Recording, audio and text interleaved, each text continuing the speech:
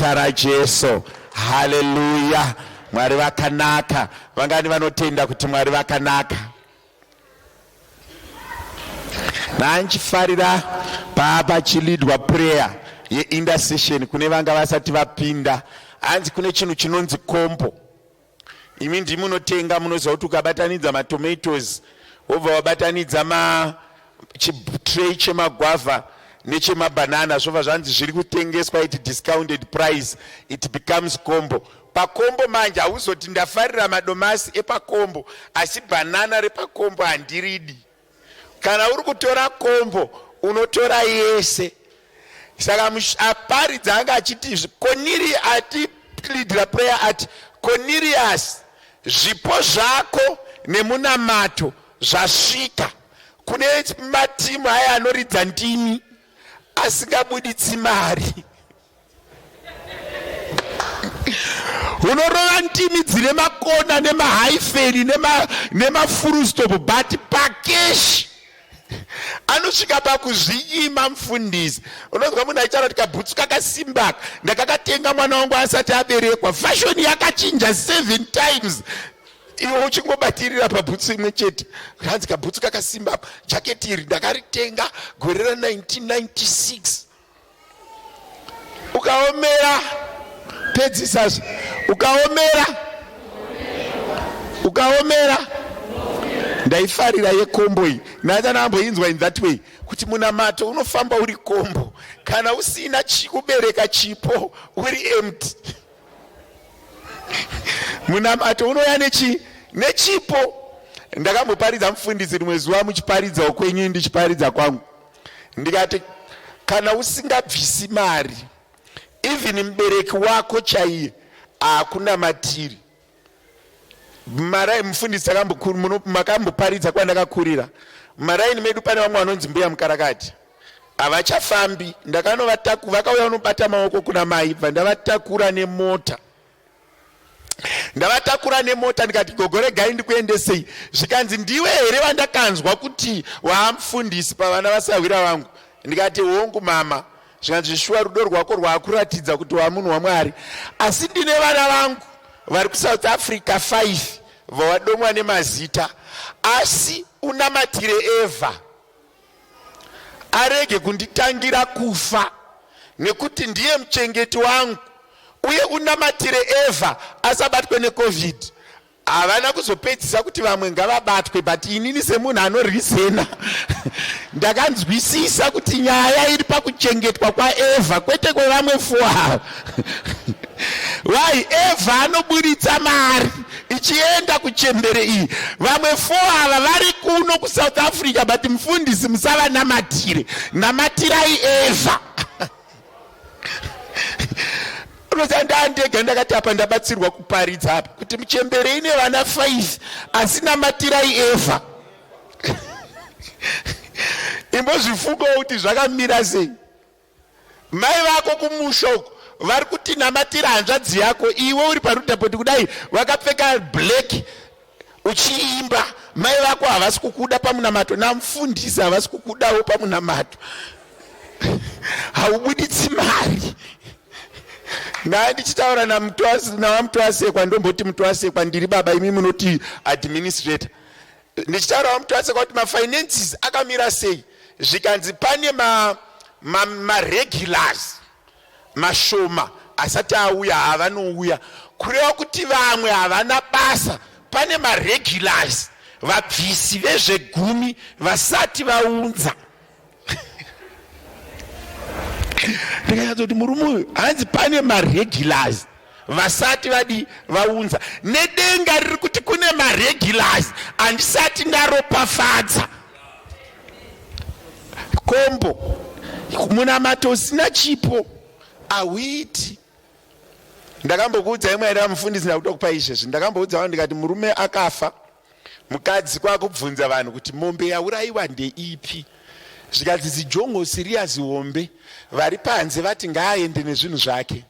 Zvikanzi Rias Hombe remakwamba makwamba zvikanzi zvikanzi taurirai vanhu kuti ndine mudumbu ndimboenda kuseri uko ndimbodya chiropa ndazorora. Murume uyu waishusha. pakasvika vanoti atisiya kani baba John. Iye ari kuda chiropa chemombe, ari kuti denga randirangarira nhasi rabvisa murume uyu. Musi uchabva pachechi panapa mufundisi vanoti kudi Mwari maita henyu murume uyu anga andinetsa, kana kuti vanonamata kuti Mwari madii mangomuropafadzira pano. Asi zvandiri kutaura izvi ichokwadi. Pane vanhu vari useful. Vamwe vacho opposite ya useful unoiziva pedzisa iwewe. Unozofamba uchiti mufundisi vakati iwe chipedzisa, ndangoti kune vari useful iwe chipedzisa. Wanzwa zvandiri kudaura? Kombo Christmas yakukwana, yangu muri kugadzira, chigadzira iwe vabereki venyu kuti kana vasangana nevafundisi vataurawo zita rakuti kuna ningi kuJoni. Wanzwa zvandiri kutaura? Chipo chinovhura moyo yevakuru.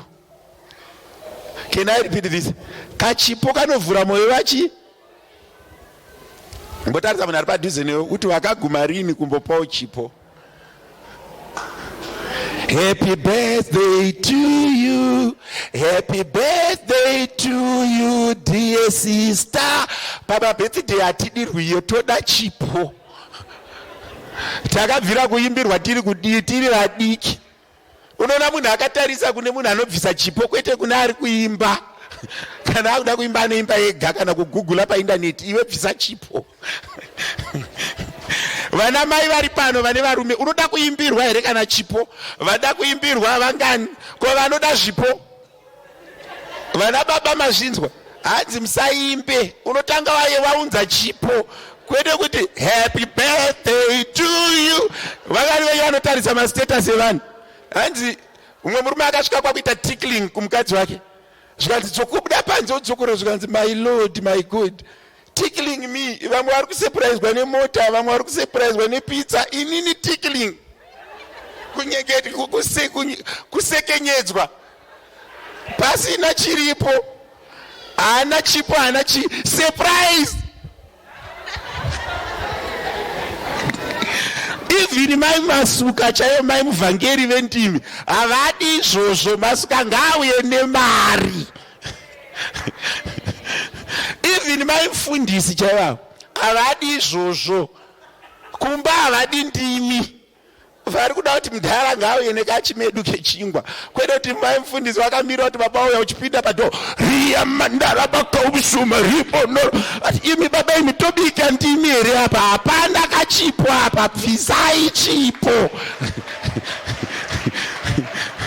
Unobikirwa ndimi here? Ndimi hadziswe mubheseni. Chinoiswa. Tarisa munhu ari padhuze nokuti nyaya yekachipo iyi ine nyasha dzayo. Kune vakaimbira hama dzavo musina kuvapa chipo, ndakubatsirai. Ndiringonyeverutsa moyo yevanhu kuti kana mufundisi makuya vambosekawo. Handizivi kuti muda kuti kudii, but ndiri kuti vaseke. Vangani vagadzira kunzwa vhangeri? Vangani vakaropafadzwa nezuro? Vari kuti ndakaitirwa zvakanaka. Nyaya yekukanga nekuona kuti mhepo yedenga ine kwairi kuenda, weidhaivheta yakananga kumba kwako. Ipapo ichocho ndakachibatisisa mufundisi, chekuti mhepo yedenga even isina kutumwa kumba kwako, kana uchida idaidze. Ichocho ndo chandakabata pavhangeri nezuro. Pfungwa dzangu nemuviri wangu vagadzirira kugamuchira zvakare. Vanofarira baba namai mufundisi mupunga, chimboti maoko mudenga yakayaka. Simudzisa ruoko rwako. Ngatigamuchirei vanhu vaMwari naMwari wavo.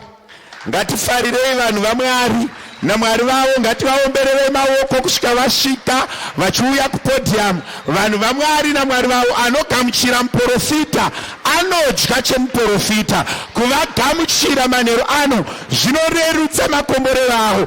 Tichifarira munhu waMwari manheru ano, arupere ruoko. Farira munhu waMwari naMwari wake. Hallelujah!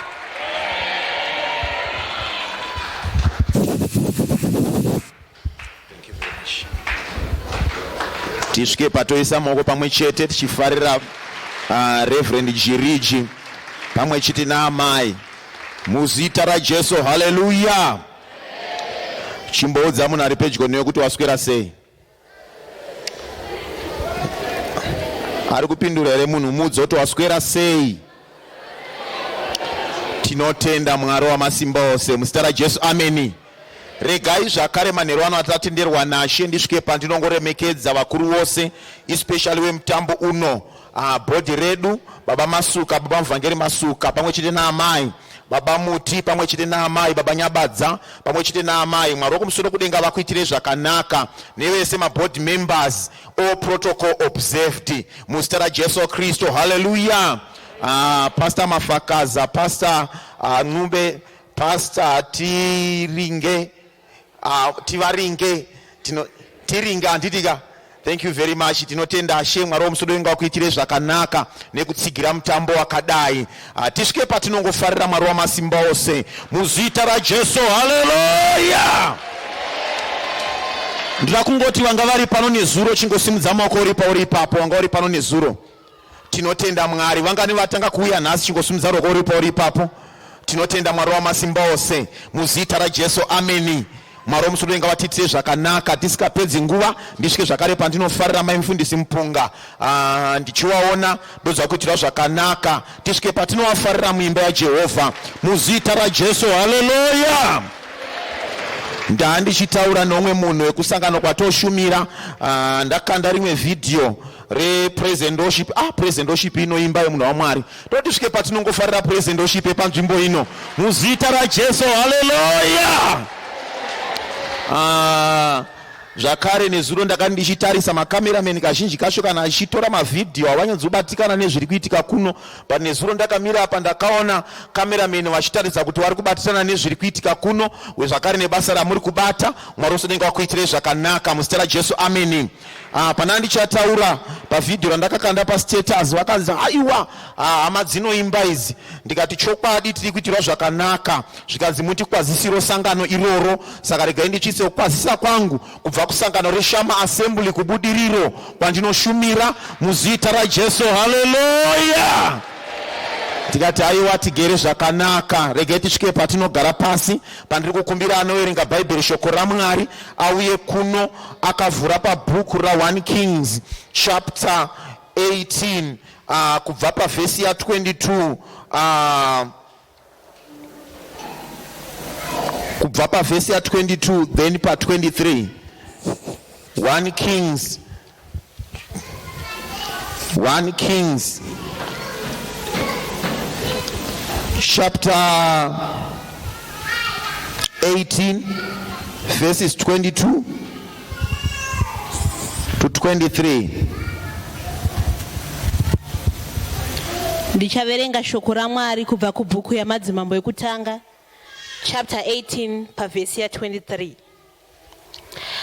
Naizvozvo ngativape nzombe mbiri, ivo vakazvitsaurira nzombe imwe, vaiguranye vaiise pamusoro pehuni, asi varege kuisa moto pasi payo. Neniwo ndichagadzira imwe nzombe, ndichiisa pamusoro pehuni, asi ndisingaisi moto pasi payo. Pa 24. Zvino imi mudane zita raMwari wenyu, ini ndidanewo zita raJehovha, Mwari unopindura nomoto. Iye ngaave Mwari. Vanhu vose vakapindura vakati, zvarehwa zvakanaka. Thank you very much. Tisvike patinombera maoko pamwe chete tichifarira muerengo weevhangeri muzita raJesu, hallelujah. Tinotenda She nekuverenga evhangeri kwakanaka. Mwari wokumusoro kudenga vakuitire zvakanaka. Chechi yaJesu pamutambo wakadai vatiri kutenda kuti pakupera kwavo tine chinangwa chatinacho chekuzoropafadza nekurangarira muprofita wenzvimbo ino. Vangana vari kuziva donzvo remutambo uno? Vangana vari kuziva? Pakupedzisira musi weSunday tiri kuzoropafadza muprofita wenzvimbo ino. Ndira kuti tisvike ningoone vangani vanofarira mufundisi wavo paRudaport Assembly. Chingosumudza ruoko pamberi paMwari. Tinotenda She kana uchimufarira ndokuti umbotirakidze zvakare nekumboita mheremhere yekugamuchira muprofita waMwari, mufundisi waMwari panzvimbo ino muzita raJesu, hallelujah. Praise God muzita raJesu, amen.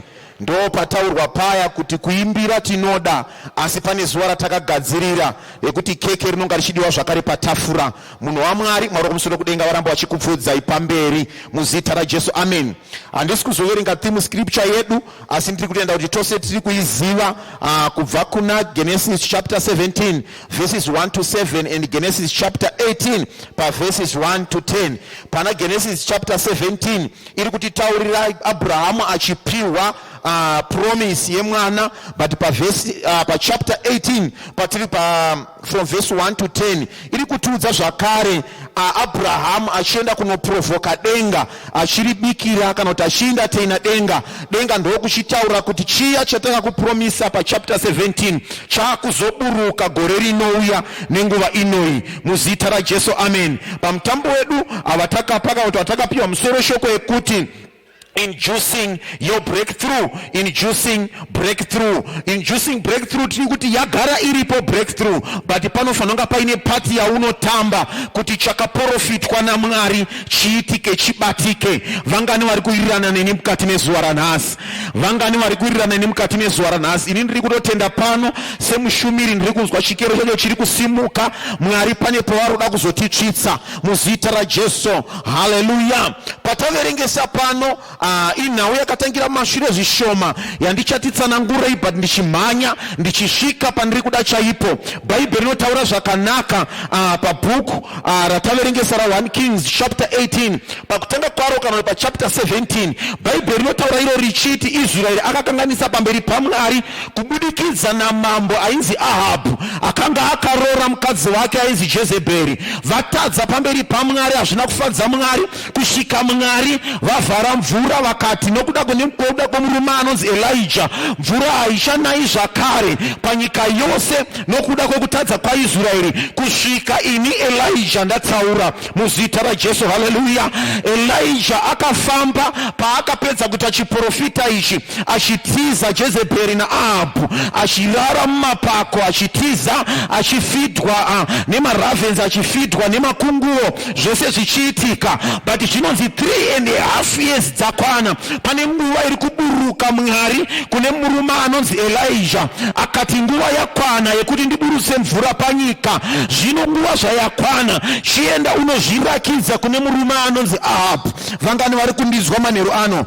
Enda unozvirakidza pane murume anonzi Ahabhu, nekuti nguva yekuti mvura inaye yasvika. Udza munhu ari pedyo newe kuti nguva yekuti mvura inaye yasvika. Hapana asiri kundinzwa. Nguva yekuti mvura inaye pamusoro peupenyu hwako yasvika muzita raJesu, haleluya. Pasevhisi yanhasi pane mvura yatira kuti svike patinonamatira tichiparidza kuti imbonayeyo palaifi yako. Pane zvinhu zvandiri kufila kuti zvasvava nguva yareba. Pane mbeu yandiri kufila kuti wakadyara haina kufila yamera. But pasevhisi ino ndiri kukumbira kuna Jehovha wemvura kuti ngambo inaise palaifi yako, but kana yanaya zvimwe zvinhu ngazvimere. Pana anondinzwa here panapa? Iwe unotenderana neni kuti kana kubva muna February kana kuti muna March, zuva parinotanga kurowa mvura yapera kunaya, unoona kuti miti inotanga kuoma. Kunyange ukadiridzira mvura ikarasira pasi, hapana sidhi rinomera. But yaJehovha kana ichinge yanaya, unotanga kuona ivhu rakusimuka, pane tumbeu taakutanga kusimuka muzita raJesu, haleluya. Dzevanhu dzakambonaya, vamwe vakadiridzira nemvura dzavo, but yaJehovha haimeresi pamwe pako chete. Nemusango unotanga kuona ruvara rwemashizha rwaakushizha. Why? Because mvura yaJehovha yaakunaya. Pane jaha randiri kutenda pano, pana amai vandiri kutenda pano, pana baba vandiri kutenda pano, kuti mukati mezuva ranhasi pane mvura ishanaya pamusoro peupenyu hwako. Zvimwe zvinhu ngazvitange kumera, atmosphere ngaishizhe nezita raJesu Kristu weNazareta. bhaibheri pataverengesa ndo pari kuenda murume anonzi Elijah ana kupinda bhizi yekuenda kunotsvaga Ahabhu, but panguva imwe chete iri kubudiswa chiprofita kune murume anonzi Elijah naMwari. Zvinonzi Ahabhu ari kutaura naObhedhaya akanga ari muranda wake aitya Jehovha. Bhaibheri noti akataura naObhedhaya akarindira kuti ufambe munyika uende kunoona kuti hakuna here kune mafuro, kuti zvipfuyo zvedu zvese zviregedze kufa. Bhaibheri noti Obhedhaya akatora rimwe divi, iye mambo chaiye Ahabhu akapindawo bhizi rekutsvaga kune mafuro muzita raJesu, amen. Ukaona mambo vakutsvaga kune mafuro, ziva kuti nzvimbo iyo haisina kumira zvakanaka.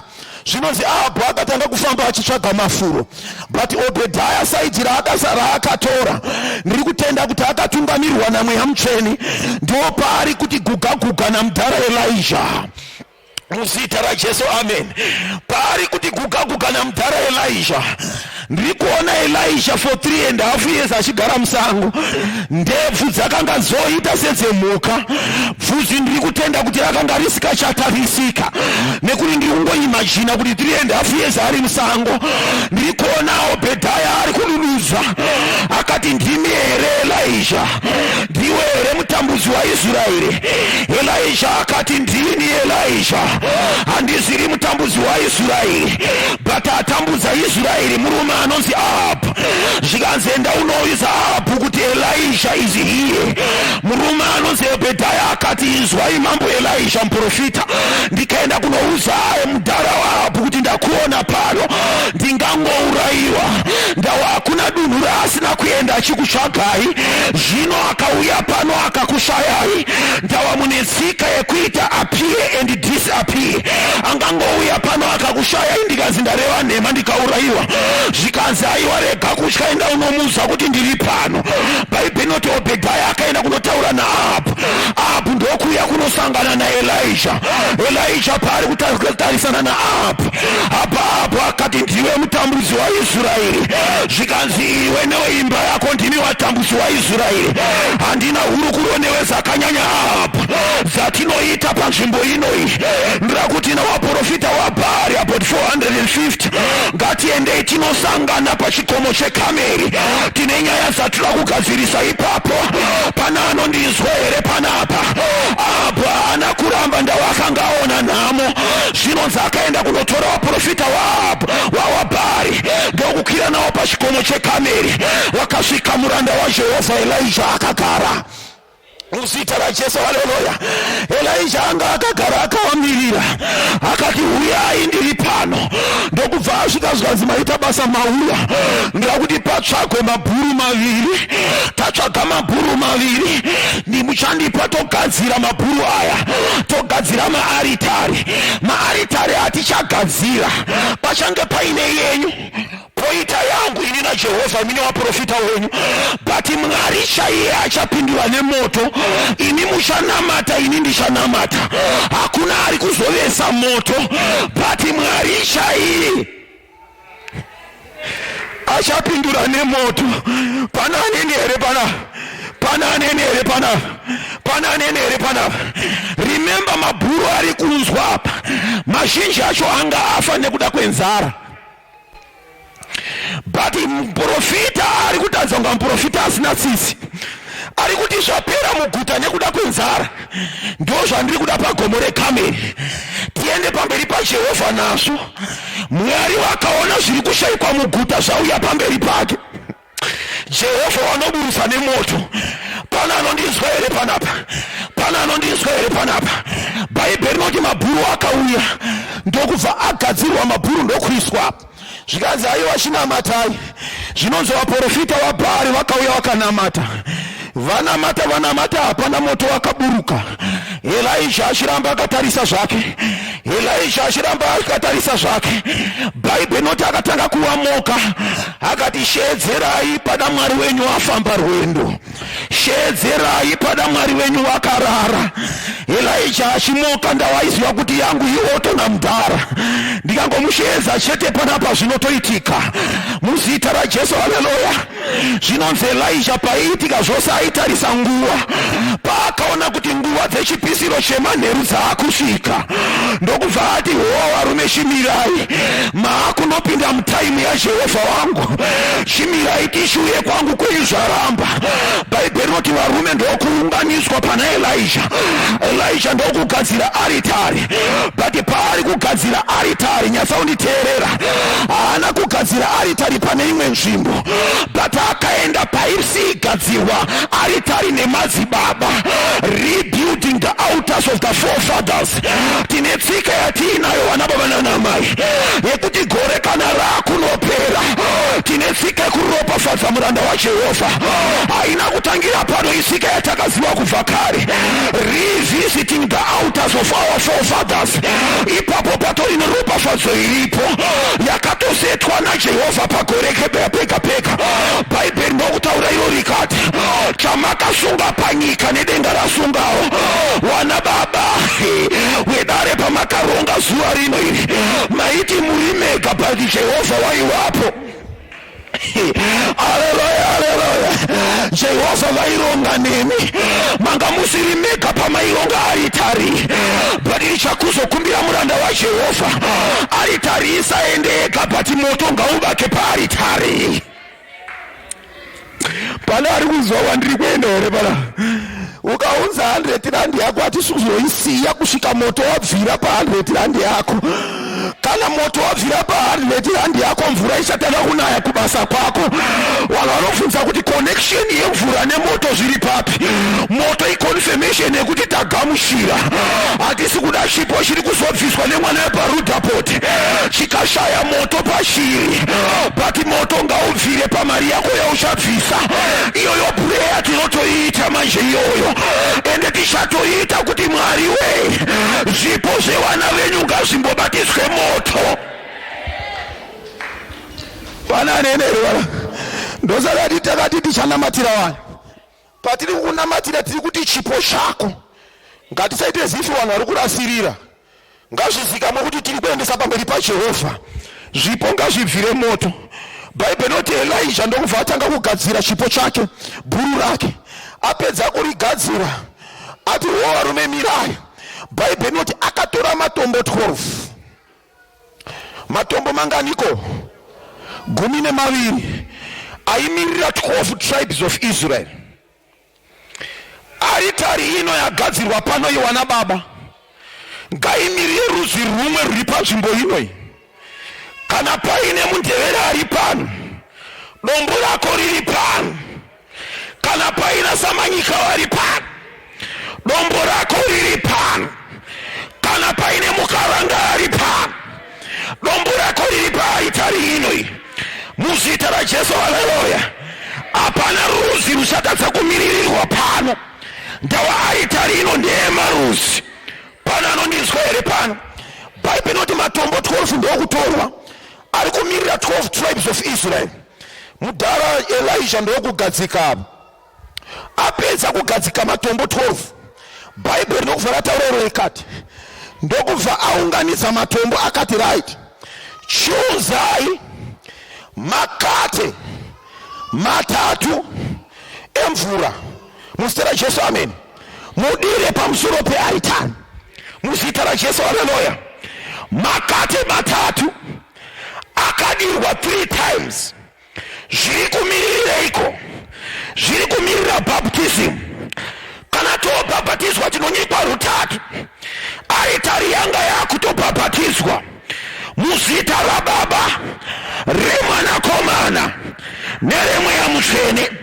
Wana baba naanamai aritari yatagadzira iyi haisi kumiririrwa nevanhu kana vana musiyama, ichamirirwa naMwari Baba, Mwari Mwanakomana naMwari mweya mutsvene vari kuwitinesa chiitiko chino.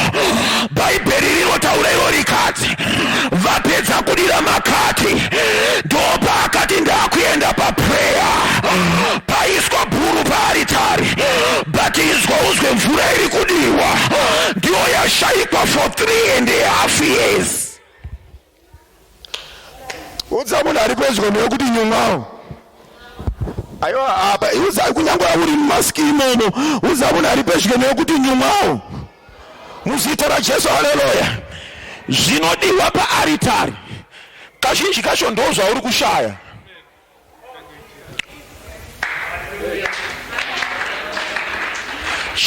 Chauri kushota ndo Mwari chavanodhimanda paaritari. Kana uchiri ndiri kunyepa ino unobvunza Abrahamu aine mwana mumwe chete. Mwari vakati handisi kuda chimwe mabhuru nawo, but ndipe chauri kudisa chausina. Mwari kana vakuda chinhu paaritari havadi zvinhu zviri plendi kazhinji kumba kwako. Kana zvirizo zviri plendi but ngazvibude zvine kauremu. Haleluya, haleluya. Pano tiri kuda mvura kuti inai, but muprofita ari kushedzerera nemunotsvaga mvura yamuri kushaya iyo ngaiuye pano muzita raJesu. Haleluya. Pana nenere bana, pana nenere bana. Muprofita achienda pava pechirikadzi anoshedzera kuti please ndipo mvura yekunwa. Imo mudrought da kuti uone metsi dzaMwari. Kuine drought mvura isi kunaya, chaari kutanga kukumbira ndo chiri kushayikwa munyika yese. Ndipo mvura yekunwa muzita raJesu. Haleluya. Murandakadzi akati pada kapu haingapedzi mugomo, regai ndimhanye muzita raJesu. Amen. Paari kumhanya kuendonochera mvura, profita haana kumutera, akaramba akamira pasuo guru remusha. Ndobva ashedzera kuti amai ndokucheuka zvikanzi kana mouya mondigirewo chimedu chimwe chechingwa. Chingwa chiri kubva kupi? Wana baba nana mai mvura ikashayikwa chingwa hakuna. Saka vakutoti nezvamaifana kuwana dai mvura yakanaya ndipe iwo muzita raJesu. Haleluya. Muzita raJesu. Haleluya. Vamwe vanobvunza kuti dzakakwana here munhu waMwari? Chandiri kushaya ndo chamuri kudhimanda, ndo menzi yaMwari. Kana uchida mota enda unosida Petro. Pana anondinzwa bana, pana anondinzwa bana. Uri kuda mota chimbopa mfundisi 1 day ngoti mfundisi 100 rand diraiwo fiwo. Kana ungoregister kuti pamusondo pega pega munhu waMwari, iyo kaenda kupai musatenge mazepe evana, musatenge chingwa che iyo chingoenda imoisa mutengi chete. Chauri kuda chimbosacrifice zvinoendera nezvauri kutsvaga muzita raJesu. Haleluya. Bhaibheri rinoti muprofita waJehovha mvura yaiswa paaritari ndokubva apfugama akati Jehovha munosindinzwa, zvakare ndoziva kuti munondinzwa, but nekuda kwawakapoteredza moto ngaubvire paaritari muzita raJesu. Haleluya. Ndiri kutenda kuti musi weSunday pane vachauya nemabhuru avo paaritari. Aritari ino mwana wamudhara kana wakuudza mabhuru ako, taura mashoko pabhuru rako. Bhuru rangu randiri kuendesa paRuta Port Assembly, Mwari werangariraiwo kubasa kwangu. Mwana wamudhara ndati kana wakuya musi weSunday hatidi makwai hatidi mbuzi, but iyi ndiri kumbokufurira mwana wamudhara chimbouya nebhuru paaritari. Remember zvipisiro zvaiitwa kare, paimbouya zvipiriso zvemakwai kana njiva chaidzo dzaipisirwa, but Elisha ari kuti mbudzi ngadzimbosara, makwai ngaasare kumafuro, bhuru ngariuye pagomo reKameri.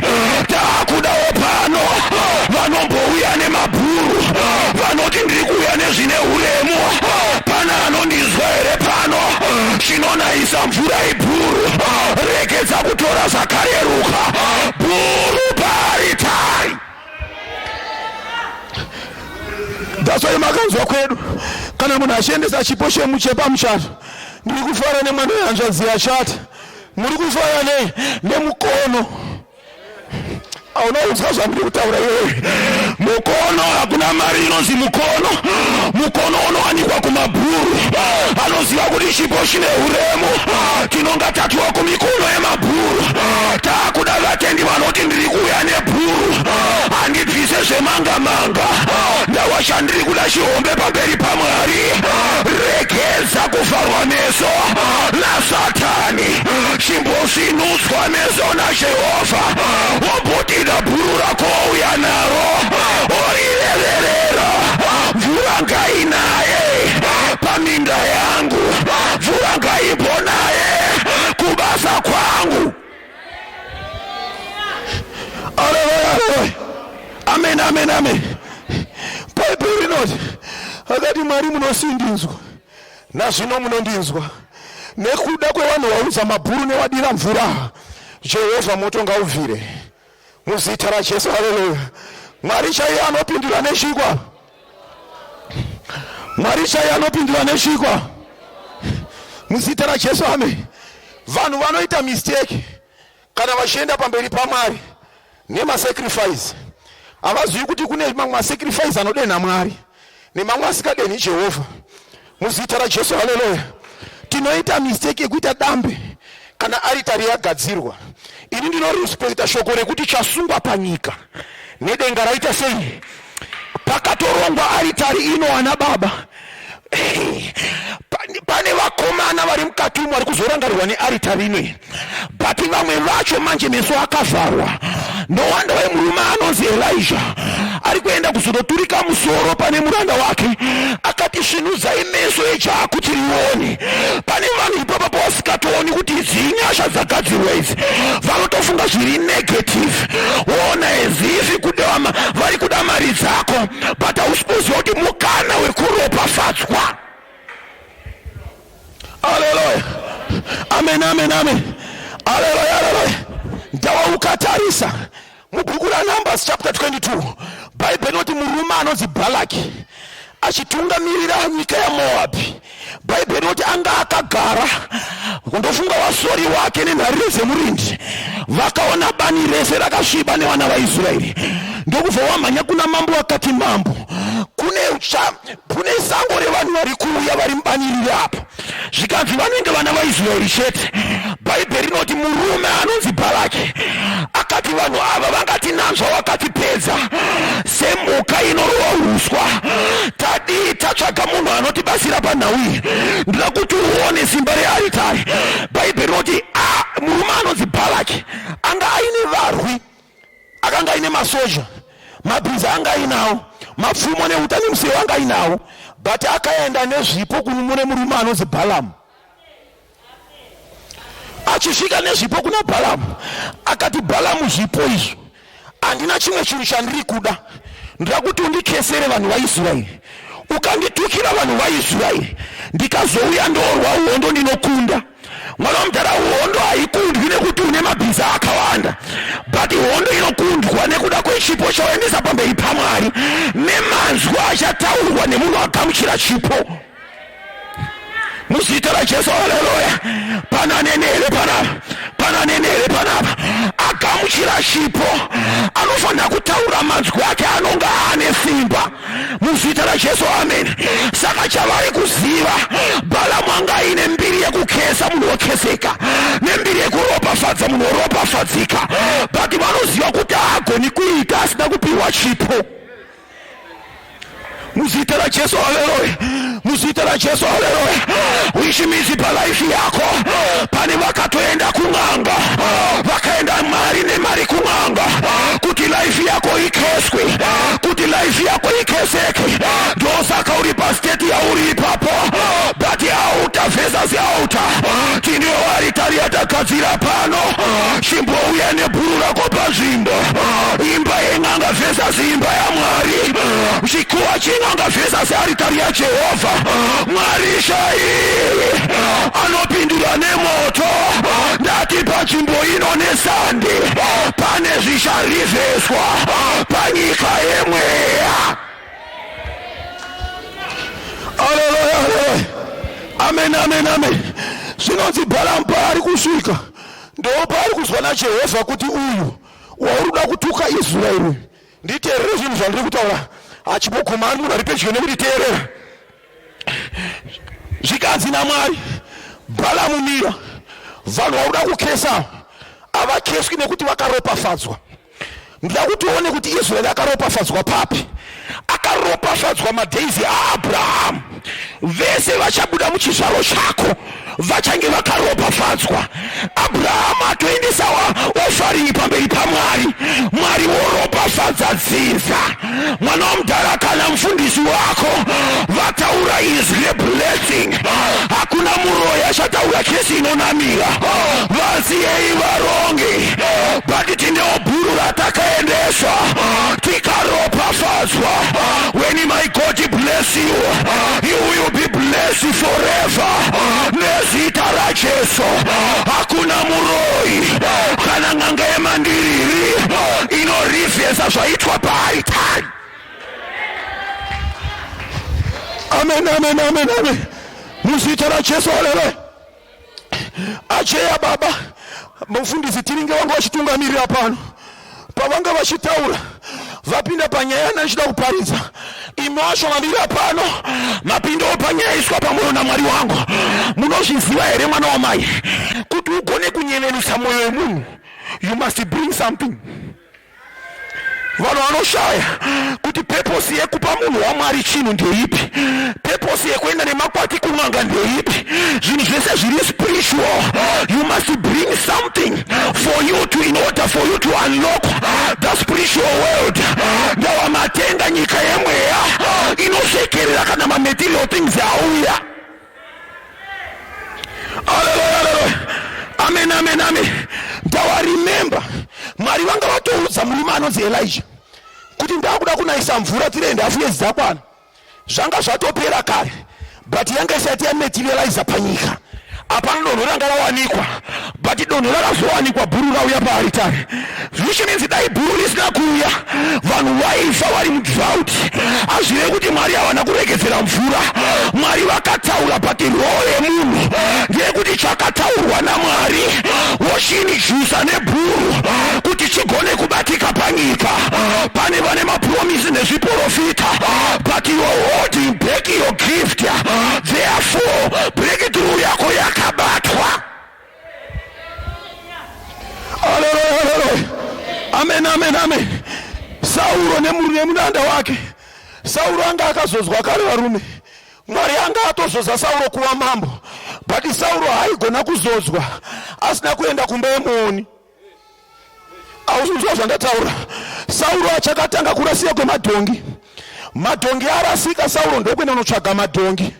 Pana anondinzwa here pana mubvunzo woti Kishi nembiri yangu inayo wotuma mwanakomana wako inotsvaga madhongi iwe uine varanda. Pane nyaya yangu iri kuseri yekuti mwana wamambo afambe nevaranda kuenda kunotsvaga madhongi muzita raJesu, haleluya. Pana anondinzwa here panapa. Nyaya yacho yeumambo hwemurume anonzi Sauro haina kutanga huri umambo, rakatanga riri dhongi rarasika. Pane umwe munhu pano akauya kuSouth Africa uchitsvaga madhongi, uchitsvaga kurarama. Chakatanga kubata madhongi enzara, chakatanga kubata madhongi ekushaya basa but nhau yanga isiri pakushaya basa, nhau yanga iri pablessing pako. Tuma muguta rerudepota nemuranda waJehovha. Pana anondinzwa here pano but muranda waKisha bhaibheri rotaura yakati hatigoni kuenda kumunhu waMwari tisina chatakabata. Ndipo munoona chechi yanhasi ine zvindi koko ndauya munhu waMwari vhurwa dho nyange yakamira yakadai wodedemura nemisodzi yebuda wopukutwa woita sei wopedza unamatoti munhu waMwari maita basa wotobuda empty handed. Mwana wamai rega ndikuudze zvimwe zvacho zvinoda kutambanudza ruoko kuti Mwari wagone kuririsa muzita raJesu, haleluya. Iye ndiwo nditori mufundisi pano muzita raJesu, amen.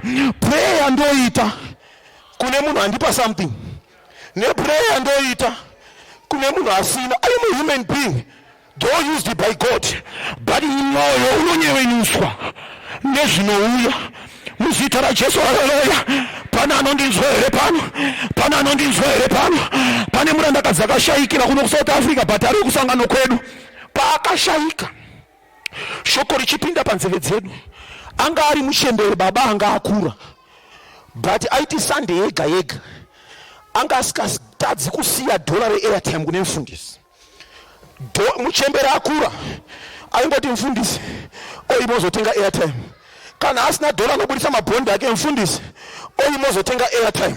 Pamwe pacho ndakagara mumba waizongona pafoni ekokeshi yapinda Chenai aizi Chenai akanda ekokeshi hakuna kwandaira zita rakeni zeki ndakarizira paekokeshi but paakashayika murandakadzi ndakazosvika pandakanzi ndipe speech kana ndaishare ndikati sinzi ndiri kucheya ndaishera overseer vanga vauya ndikati sinzi ndiri kucheya regai ndimbotaure pamusoro pemurandakadzi handina kugona kutaura manzwi akawanda misodzi yangu yakatanga kubuda panondipupurira vanga varipo vanopupura ndakafeira kutaura manzwi ndikaita sendarerutsa chifundisi but moyo wangu wakabatikana aisa handipa $100 but $1 with love ine value mwana wamaireka ndikuze paunonamata nemunhu anopa nemoyo unorevesa you go deeper in prayer.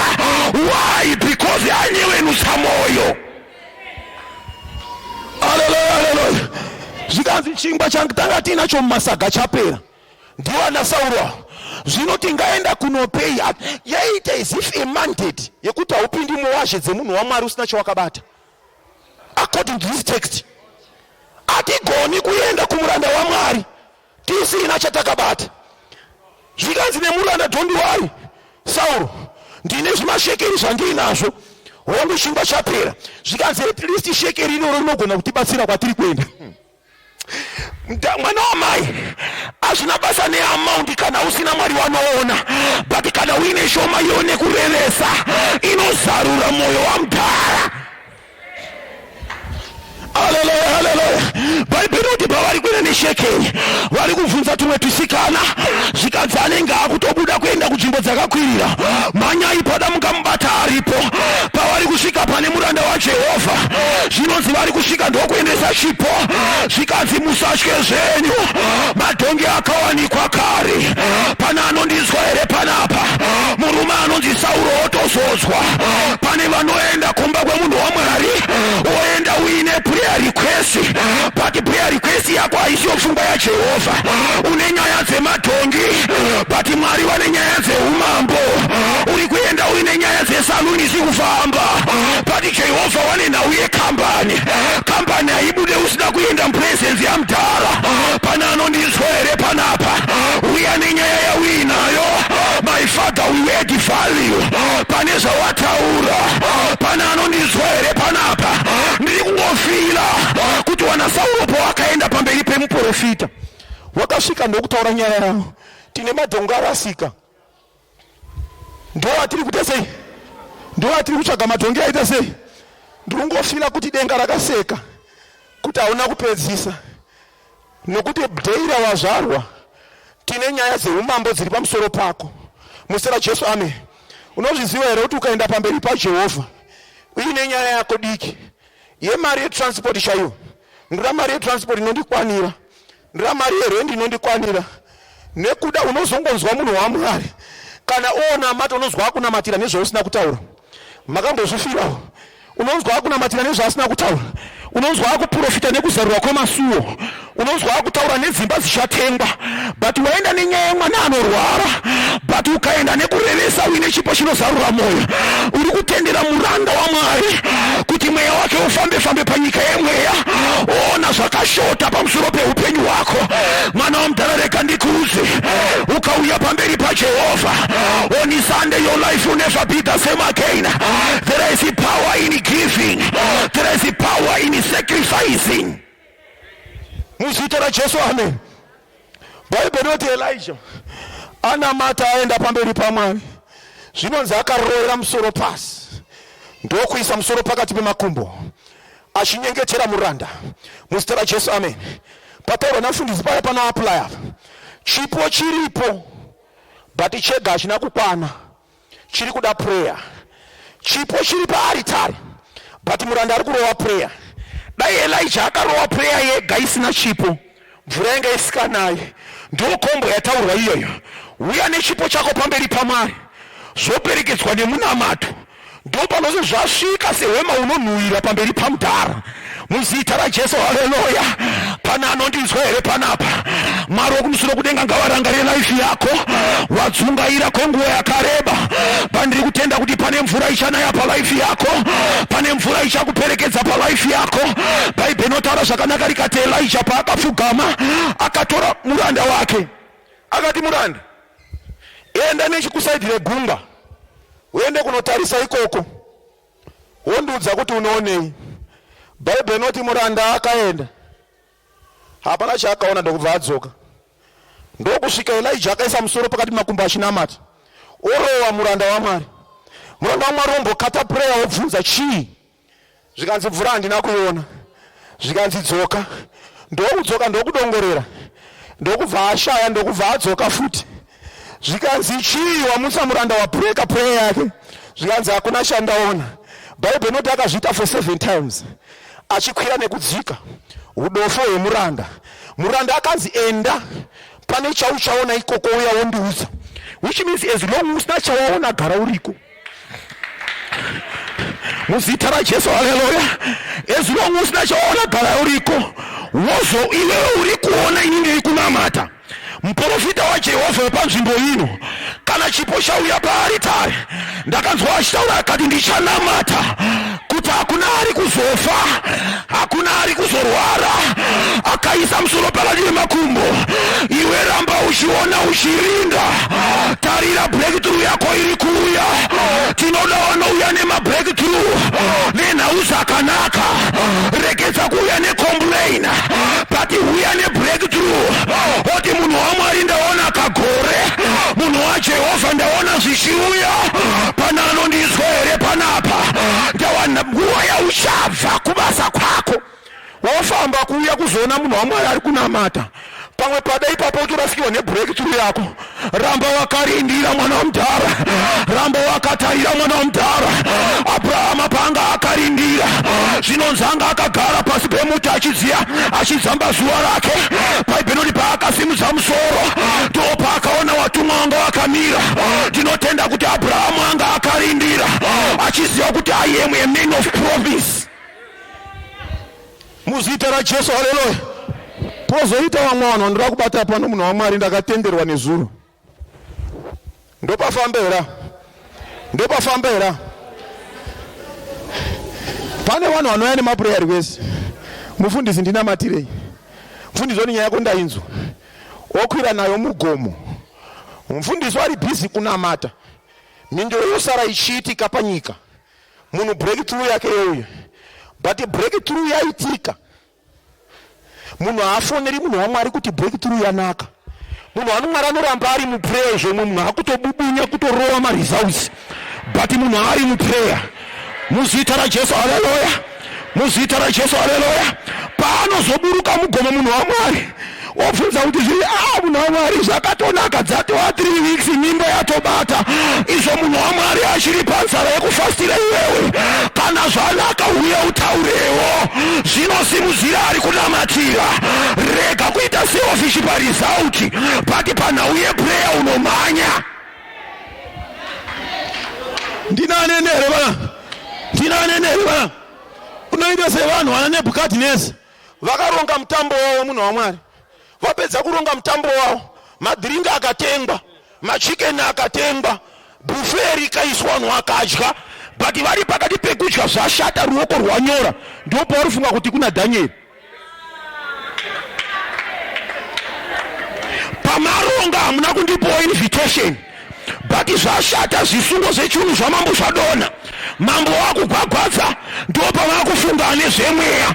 Please kana maakurongawo pamitambo apa, shedza iwo ari kunamatira. Kana zvanaka mushedzei kuti pazvinoipa anozviona.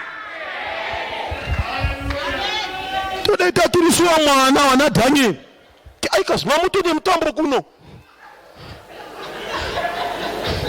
Soti wanga uriko wakutopera ndio maperero wangu wakutoita. Wanosuka ndiro wangu wakutosuka.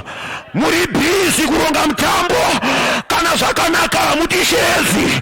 Munozoda kana zvashata. Chimbouzawo pano. Musiwesande muranda rumazirewo. Kuti zvatiri kunamatira ngezvizvi ndo maresults. Rega kuzoshedza muranda waMwari mwana adzipwa nebhonzo pamuchato.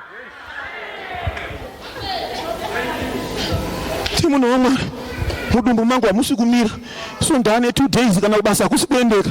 Running stomach again. Zvakatanga semunhu waMwari. Tati nekapati kumba. ini ndini yekunamatira running stomach, but pairohwa mabhonzo ndanga ndisipo. Pamuri kuronga mabhonzo ngativaonewo musi weSunday kuti ndiwo mabhonzo atiri kuronga aya. Kana pakaita dambudziko tinonamata nemwoyo wese.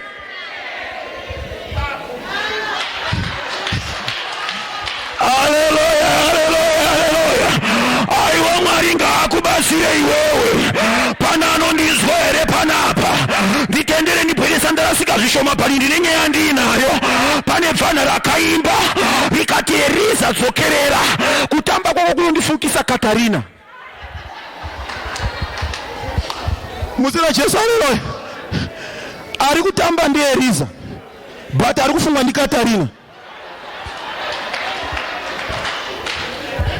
Izvozvi dzimwe shasha pano ari bhizi kunamatira ndiwo achirichi, but ari kufungwa ndimwe apostol. baba pamunonga muri bhizi kunamata, kune vari kutoendesa masacrifice kune mamwe maapostol nemaprofits ari mapano kuzototi dzokorora Eriza ndiye kudikitira achitamba achisweta, but kana mofunga munofunga Katarina. Ewo Katarina mufungewo zvakanaka. Takuda vanhu vanorangarira Katarina zvakanaka. Danieri ngaashezwe pamutambo. Ndokubatsira here mposori, ndokubatsira here mposori, ndokubatsira here mposori. Ndati ukadaro waropafadza mhuri yese. Ende mfundisi kana uchimushedza, unofanira kuti mfundisi wangu. Kazwa munhu achikuti mfundisi wekuchechi kwedu uchine dambudziko. Even iri kunzi achipo mfundisi wangu nemhuri yangu, mufundisi wekumba kwangu.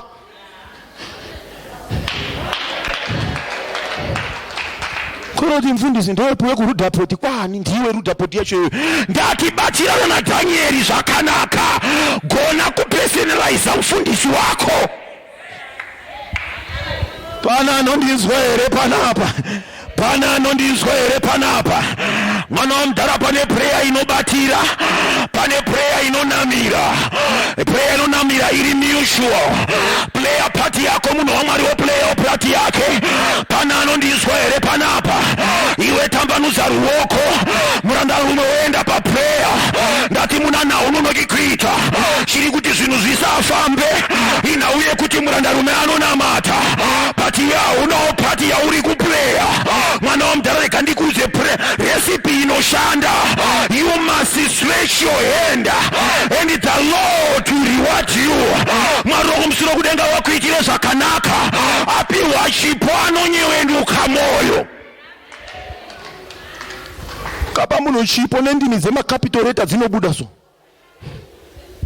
Uchinzwa mweya muchena achiramba achikuzarura uchingoenda chete. Nevanongo vakamira kunze kweofisi murandarume achinamatira munhu kuti zvino hawachapedzi here. Unongozwa zvichiuya uchinamatira ndawa une connection. Muzita raJesu, haleluya. Muzita raJesu, haleluya. Vana Sauro vakati hatigoni kuenda kuimba yemunhu waMwari tisina chatakabata. Ngatiendei neshekeri iro romurandarume anyevenutse moyo wake. Muzita raJesu, amen. Pana aneni here panapa ndichinopedzisa mwana wamai. Bhaibheri rinotaura zvakanaka rikati paakaenda kunotarisa akataura akati ndaona chinenge chanza chemunhu kusaidhi rekugungwa. Zvikanzi nemuprofita waMwari enda unoudza Abha asunge mabhiza amhanye. Ndawa pane mvura ichamubata. Pana anondizwa here pano. Zvinonzi Abha akaenda kunotasva mabhiza. Vana baba nana mai bhiza rinomhanya. Bhiza parakarohwa rapamugwagwa pahighway yamambo. Zvinonzi Elijah akasara akasunga shungu chake ndokuti chitsoka ndibereke. Bhaibheri inoti murume anonzi Abha akasvika Elijah agara kare pasuo reguta atangira mabhiza kusvika paguta. Mwana wamudhara kana uchinge watamba nemunhu waMwari rega kuzonzwa godo ukasvika ako. Even ukanamatira mota ukaona atenga yake yakanaka mvura yako regedza kubatikana moyo. Ndawa spirit yaanamatira is a supernatural spirit. Pana anondizwere panapa kana munhu achinge ashanda paaritari anoropa sazwa nedenga. Rega ndikubetsere, rega kufunga kuti kana warangarira munhu washe akafuma ndiwo wamupfumisa. Haafumiswi nemunhu, anofumiswa nedenga. Ndawa paunobvisa taidhi yako, paunobvisa offering, wakaita semunhu ari kubhadhara taxi kuhurumende. Unaelewa bwana? Kana wabhadhara taxi kuhurumende ukaona musoja achifamba aine mota, sazoti sitakamutengera mota, akatengerwa nehurumende nemari yarutambira. Saka na waendesa kuimba ya Jehova ukaona zvinhu zvake zvichifamba, usazvitorere kutukwa woti muchimuona kudai ndini ndamusimuza. Hausiriwe mwana wa mudhara, iye anotamba pati yake but anopa supernatural speed. Ndi Jehova unosvika Elisha ako, ndawa ndiye muridzi wemvura namudhara wake. Pana anondizwa here panapa, paibhenoti mvura yakanaya ndatopedza. So pane vanhu vari kutenderana neni vari kuti munhu waMwari musi weSunday ndine bhuru randiri kuuya naro. Let me declare upon your life, mvura ngainaye palaifi yako. Zvanga zvisati zvamera ngazvitange kumera. Mari yanga isikabatike, ndiri kunzwa mari iri kuuya muzita raJesu, muzita raJesu. Elisha anotaura akati, ndiri kunzwa kuunga kwemvura zhinji. Munhu waMwari pano vashanzwa kuunga kwemabreakthrough achiuya pamupenyu hwevana vevanhu. Yatakabata in the name of Jesus. Pabasa rako iroro ndiri kutaura mvura zhinji, pavana vako ivavo ndiri kutaura mvura zhinji, paupenyu hwako ndiri kutaura mvura zhinji. Pati bhuru ngaritange ratsva pano kuti denga risekerere. Amai ndinotenderana nemi, zvino hazvina kumira zvakanaka, pati ngatimbouye pachikomo chekameri. Tine nyaya yatiri kugadzirisa. Ndinotenda mwana wa mudhara, pane pasina kutwasuka, pati ngatiendei kwete kumapani, pati pagomo rekameri. Tine nyaya dzatida kugadzirisa nezita raJesu. Madhimoni ekumusha kwako ndiri kumbomashedza pagomo rino rekameri. Tine nyaya dzida kugadziriswa. Moto womweya mutsvene ngaubate paupenyu hwako. Taleta manda, ndaleta bajai, enena Monday, in the name of Jesus, in the name of Jesus. Zarura moyo wako pawakamira ipapo, utange kunamata woti mvura ngaimboerere pamusoro peupenyu hwangu. Mwari kana ndabvisa chipo changu, mvura ngaimboerere. Mwana wa mudhara, ndiri kuona uri kudzokora maziso, pati upenyu hwako hauna kumira zvakanaka iwewe. Chimboita siriyasi pamberi paMwari. Pane mvura iri kuzoerera parivaivho ino ichashandura upenyu. Pane mvura iri kuzonaya panzvimbo ino ichashandura upenyu nezita raJesu, nezita raJesu. Maaritari ose akarevererwa zita rako, pane mvura inoshandura. Yakata papapapa, namata namata oti Jehova, pandishaudza bhuru rangu, my life must change, my life must change, my life must change. Nezita raJesu, nezita raJesu, nezita raJesu. My life must change. Handina bhuru rinosvira mahara, handina mari inoenda pasina. Jehova zvirakidzei. Talata kabata. In the name of Jesus, in the name of Jesus, in the name of Jesus, in the name of Jesus. Mwari womusoro kudenga vakuitire zvakanaka. As you are praying right now, Mwari womusoro kudenga vakurangarire. Chingo imagine mvura ichinaya pabasa pako. Chimbo imagine mvura mvura ichinaya mumba mako, zvanga zvakafa zvotanga kumera, zvanga zvakafusirwa zvotanga kumera nezita raJesu Kristu weNazareta. Just raise up your hands unto the Lord in the name of Jesus. Raise up your hands unto the Lord as I'm going to pray with you. Baba wangu ndinokutendai, Jesu ndinokusimudzirai. Varipo pakati pedu Mwari vachauya nemabhuru avo musi weSande, vamwe vakatomaisa pasaidi. Baba wangu nokuda kwepataverengesa neshoko, hapana bhuru rinotsvira paaritari ino. Zvinhu zvemunhu aunza bhuru zvoramba zvakadaro.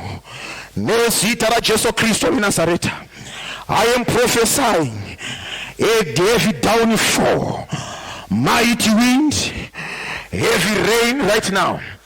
In the name of Jesus. In the name of Jesus. Upenyu ngaushandurwe, future ngaishandurwe, vose vachauya nezvipo, future ngaishandurwe, ramangwana ngarishandurwe nezita raJesu. Ndakuti umboimagine chipo chako chichiuya paaritari ino, wopedza woimagina zvakare life yako ichishandurwa. Pavaifamba netsoka ipapo, patarise uchifamba nemota, imba yauri kugara iyoyo one room, imagina uchipinda mumba mako kwete yeumwe munhu but ine makizi ako. Nezita raJesu zvinogoneka pamusangano uno in the name of Jesus. Ndakutendai Mwari, ndakusimudzirai muzita raJesu Kristu. Father, I thank you. Amen. Muzita raJesu, amen. Ndisandadzorera nguva kumunhu waMwari, ndoda kutongodze munhu ari pedyo nekuti mangwana ndoda kuti ushedze mumwe munhu uye naye parevival ino. Mangwana tiri kuzonamatira vanhu muzita raJesu, amen. Tiri kuzonamatira vanhu mangwana. Vanosunungurwa vachasunungurwa, vanoropafadza vacharopafadzwa, vanozodzwa vachazodzwa muzita raJesu. Haleluya. Ndoda kuti ungouya wakagadzirira, uya uri ready. Ini ndinoramba chinamato chinoperera pamanzwi. Mwari wedu anofanira kubuda mubhaibheri woonekwa.